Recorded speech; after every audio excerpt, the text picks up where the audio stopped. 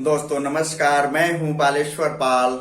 मेरे YouTube channel में आपका हार्दिक स्वागत है। आप लोग के बीच एक छोटा सा गीत 2 मिनट का लेके आ रहा हूं। चैता। एक जानी वाली उनके पति देव द्वार पे जाके सुत गेल बाने गर्मी के मारे। देखी का कहता ली।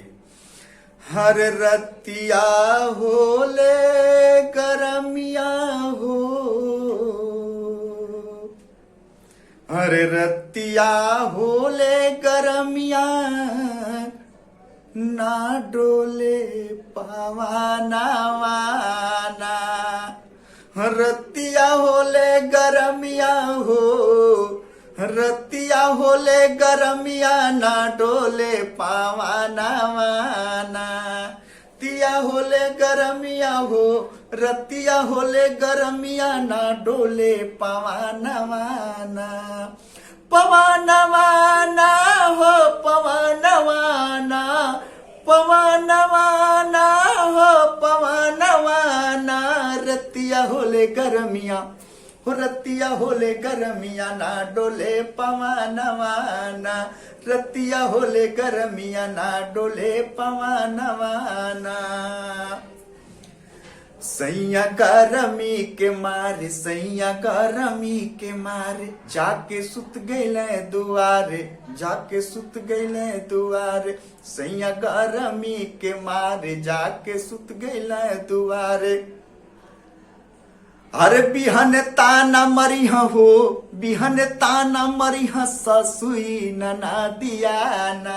बिहन ताना मरिहा हो, बिहन ताना मरिहा, ससुई नना दियाना। बिहन ताना मरिहा हो, बिहन ताना मरिहा, ससुई नना दियाना। हो नना दियाना, हो नना दियाना, हो नना दियाना, हो नना दियाना। बिहन ताना मरी है, हो बिहन ताना मरी है, ससुई नना दियाना। बिहन ताना मरी है, ससुई नना दियाना। हो नना दियाना, हो नना दियाना, हो नना दियाना, हो नना दियाना। बिहन ताना मरिहा, ससुई नना दियाना। बिहन ताना मरिहा, ससुई नना दियाना। दुअर टोमावा बोलैबो, दुअर टोमावा बोलैबो, दूठे बेनिया बनवैबो, दूगो बेनिया बनवैबो। अरे एगो सांझावा डोलैबो, एगो बिहानवाना। एगो सांझावा डोलैबो, एगो बिहानवाना। हो बिहानवाना, हो बिहानवाना, हो बिहानवाना, हो बिहानवाना। एगो सांझावा डोलैबो, एगो बिहानवाना। एगो सांझावा डोलैबो, एगो बिहानवाना।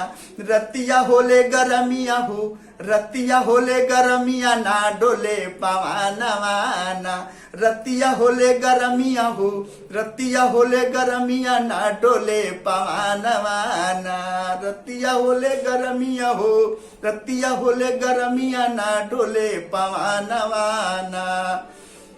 बिहन ताना मरिहा हो, बिहन ताना मरिहा, ससुई नना दियाना। बिहन ताना मरिहा हो, बिहन ताना मरिहा, ससुई नना दियाना।